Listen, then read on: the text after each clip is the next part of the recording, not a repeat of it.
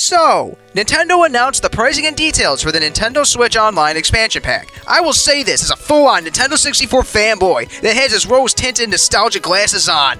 This is a no-go for me. $50 a year for a single sub and then $80 for family? No. Just no, no, no. Here are my problems with this. The first thing that I really don't agree with is the fact that they bundle Animal Crossing New Horizons DLC into this. Now, this is shitty for a couple of reasons. That first reason is simple. What if one doesn't care about Animal Crossing New Horizons anymore? I admittedly played the game way too much at launch. Something dumb like 150 hours in its first month or something. So as a result, I got burned out on the game. The last time I booted it up was months ago. If one only cares about Animal Crossing, luckily they could buy the DLC straight up for $25. It does look pretty nice, and it looks meaty enough to warrant that single price payment, honestly, if one's super into the game. The second reason this sucks is because them throwing this into it gives them kind of that idea that we could jack up the price. It adds, in quote, value that a lot of people just aren't going to use.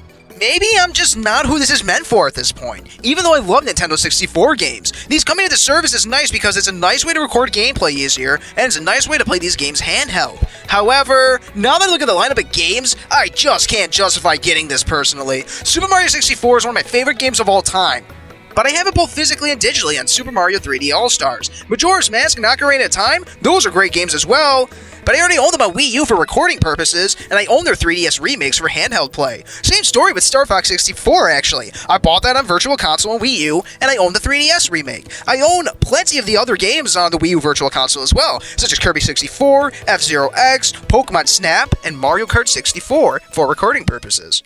There are really only a few games that really stood out to me that I really wanted to play on the Switch that have been announced already, and these are Banjo-Kazooie and Paper Mario. Those two games, they're just not worth $50 a year for me, and especially not $80. That's not to mention, what is this called again? Nintendo Switch Online? There was zero word about the enhancement of playing games online, probably because there won't be any. This is still the same service that has Super Smash Bros. Ultimate matches that lag out the ass. Oh yeah, I don't really care all that much about Sega Genesis games either. If I had a change of heart though, I could just buy the Sega Genesis collection on Switch. Something like GameCube, Game Boy Advance, or even just the original Game Boy at this point would have been more my taste.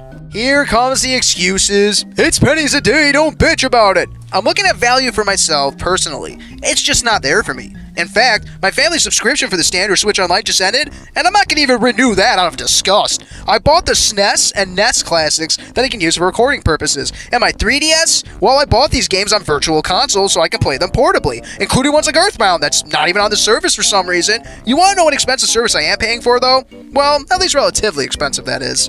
But the answer? Xbox Game Pass Ultimate. This is an amazing deal, and I'll talk about why I think it's worth the $15 a month asking point. Xbox Game Pass Ultimate lets the user download and play hundreds of games. Nope, that's not a typo, that is not a mistake in my script. The number of games available is around 300, it's 300 plus at this point. Most of these games are games that are not 20 years old either. Xbox Game Pass Studio Games joined the service on their release date too. Halo Infinite, Forza 5, Psychonauts 2, Microsoft Flight Simulator 2020, along with future games like Elder Scrolls 6 and StarCraft. This alone is worth it to me. I discovered the amazing Psychonauts 1 and 2 through this service. After playing through them on my Xbox Series X with Game Pass, I bought them elsewhere, like on Steam. Without that low price entry, I might have not felt that confidence to throw $60 down on Psychonauts 2, which would have been a shame, because that game deserves it. That's not all that Xbox Game Pass gives the player. It also gives them Xbox Gold straight up, which means that they can play online. This is a $5 a month value that is thrown in there, which is neat. Game Pass also gives the user specific sales that non-Game Pass users, they just don't have access to. If one digs into the menus, they can find other cool stuff, like a few months of Spotify Premium or Disney Plus that are included. There's also this neat thing where one can complete objectives or rack up points and spend these on Xbox currency, sweepstakes, or even more months of Game Pass. There's just so much cool and just useful shit in here. This package is insane.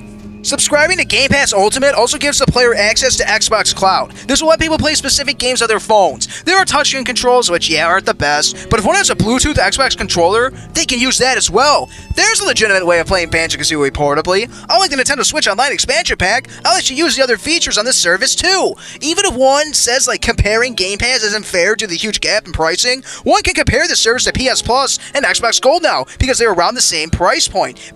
And this is laughable, but these offer decent online play, free games every single month, sales that only subscribers get access to. Man, I really can't defend this price hike the more I look into this.